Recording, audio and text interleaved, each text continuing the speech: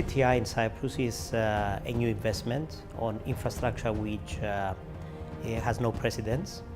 It's something which the region was looking for. In EastMed, we don't have such infrastructure, similar infrastructure, usually smaller. So the decision to invest in Cyprus was mostly upon assessing the strategic location of the place and having compared it with alternatives. VTTV and VTTI, this is what we did here. The market was inexistent, and we evaluated the existing market and the future market, and we examined the oil flows from the Black Sea to East, from the Middle East to West, and we said that this is the right place to invest, encourage the development of a market and eventually becoming a hub. In fact, what we did is that we support the country's inland market, we support the regional trade that is moving products from A to B, and in addition to that, what we do currently, we hold the compulsory stocks of the Republic of Cyprus, which is something that the Republic was looking for many years in order to keep the physical stock in the country, and this investment of VTTI has given it the opportunity to have the physical stock on the ground in Cyprus. Financially, we exceeded the targets for the first 3 years of operation. The bar is always put higher. It's a group. You understand they are looking for higher returns. And we are looking into opportunities in order to develop further and expand this terminal in order to increase the revenues generated. However, what we believe is that there are opportunities out there that they need the support of the state in order to be captured. And of course, it's a win-win situation between our company and the state. We are here to stay. We are here, we invested and we bolted tanks on the ground. And the purpose is just to help the state to move on with its aspirations as well. We are consistently looking into any expansion. Phase 2, that is something which we had in our plans for the future, which gives this terminal a further expansion of capacity by 305,000 cubes. So it will be making it eventually close to 1 million cubes. However, it's not the only area which, an opportunity which we see. As far as this phase 2 though, we are looking consistently into interested parties to join us for this investment, and the interested parties could be a supplier to this capacity and an end user that is getting the product from this capacity for an end use. The one thing which we currently investigate is what is imposed by IMO 2020, which is the 0.5% sulfur content in fuel oil. So this capacity can easily be converted into a blending place where we can meet the bunkering companies, they can meet their requirements for their customers. That is to blend down the high sulfur fuel oil to 0.5% sulfur fuel oil. The strategy of VTTV, as explained earlier, is to look in all opportunities that we have in the region. Oil prices, they are irrelevant to this place. Although we see historically a tendency of our customers to stock up when prices are lower and less when prices are higher. The reason is because we have different types of customers, and the ones which they chase low oil prices are the ones which they are more opportunistic, meaning that they will take advantage of the low price in order to sell at a higher price. So they need to physically keep the stock somewhere in order to wait for the prices. And this is called a contango market structure. Contango market structure means that you have low prices and you expect higher prices in oil prices. So what is happening in a place, a logistics company like VTTV, we try to diversify our portfolio of customers so that we do not get impacts from the market environment. And the impact for us is revenues mostly. So we try to get a diversified portfolio of customers in order to keep opportunistic customers. VTTI invested in Cyprus at very difficult times. When the project was conceived, it was back in 2010.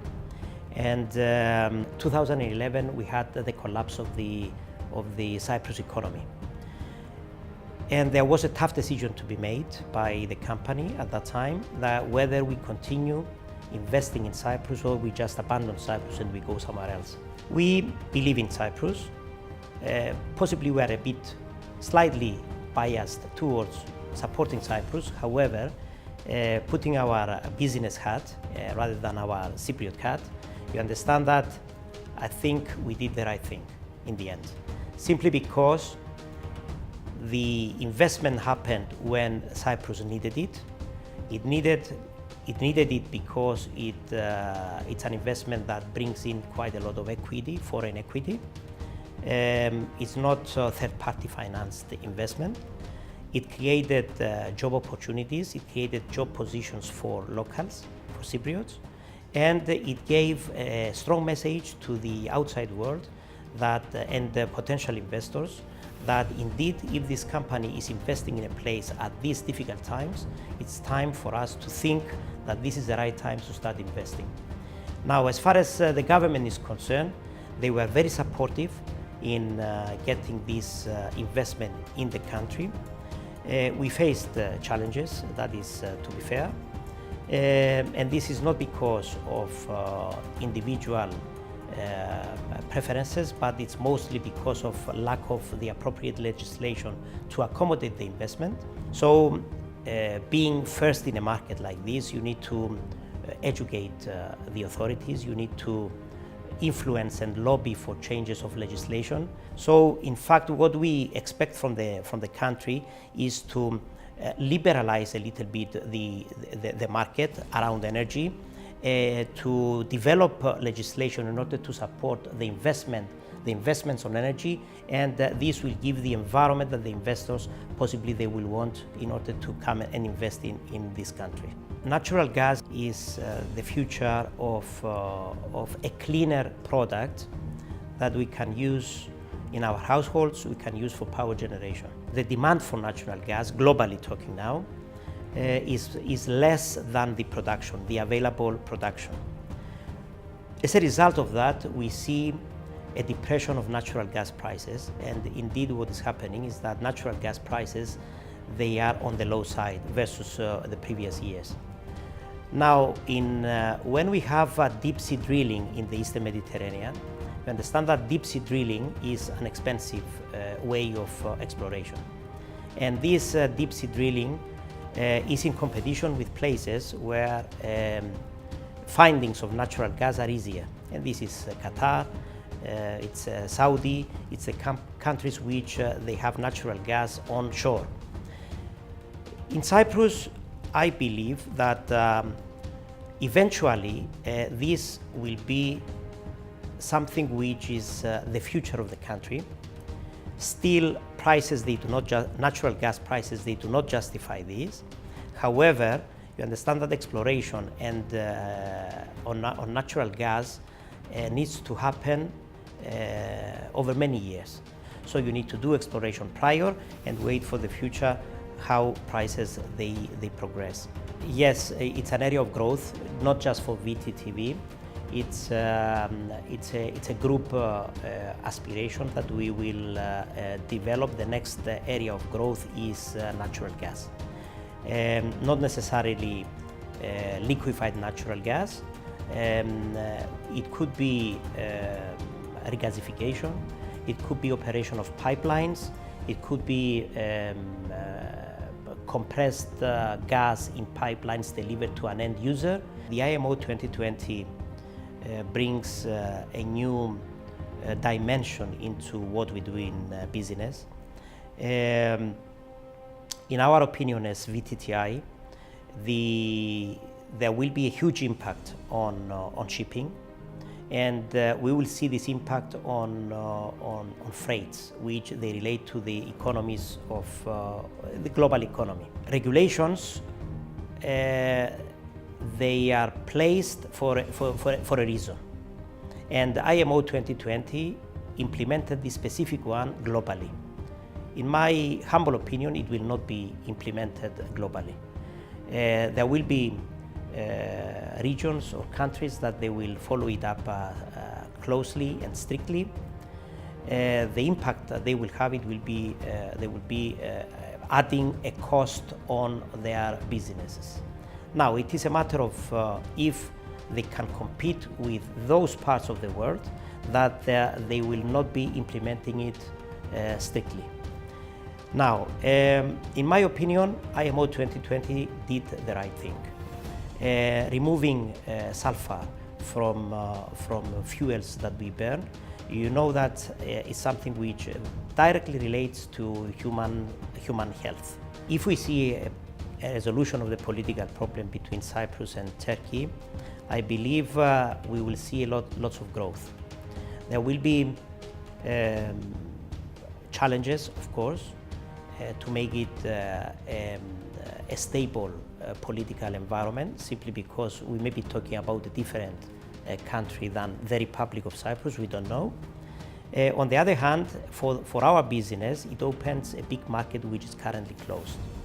And we sit only a few kilometers away from the shore of Turkey. Taking it in a wider perspective, with Cyprus being so strategically located between countries which they have access to energy production, and we are talking about an Egypt which has lots of natural gas. We have Turkey, which is a country which imports the majority of its requirements for fuels. You understand that Cyprus in the middle, they can be an intermediate location where these countries, they make business between themselves. And on top of that, you know that infrastructure is not there. You need some kind of stability in order to develop the infrastructure, because the infrastructure needs to be justified. In order to justify the infrastructure, is not a signature only on a piece of paper between countries at the political level. It is also, you need to commercialize this infrastructure. You need to make it having a return for companies that they are in the sector. So the political environment, if it is resolved, and we see some stability from that perspective, in my opinion, with the wealth that is sitting in the region, I believe we will, in a very short time, we will see the development of many things that they will be for the interest of Cyprus, and not only, and the neighborhood generally.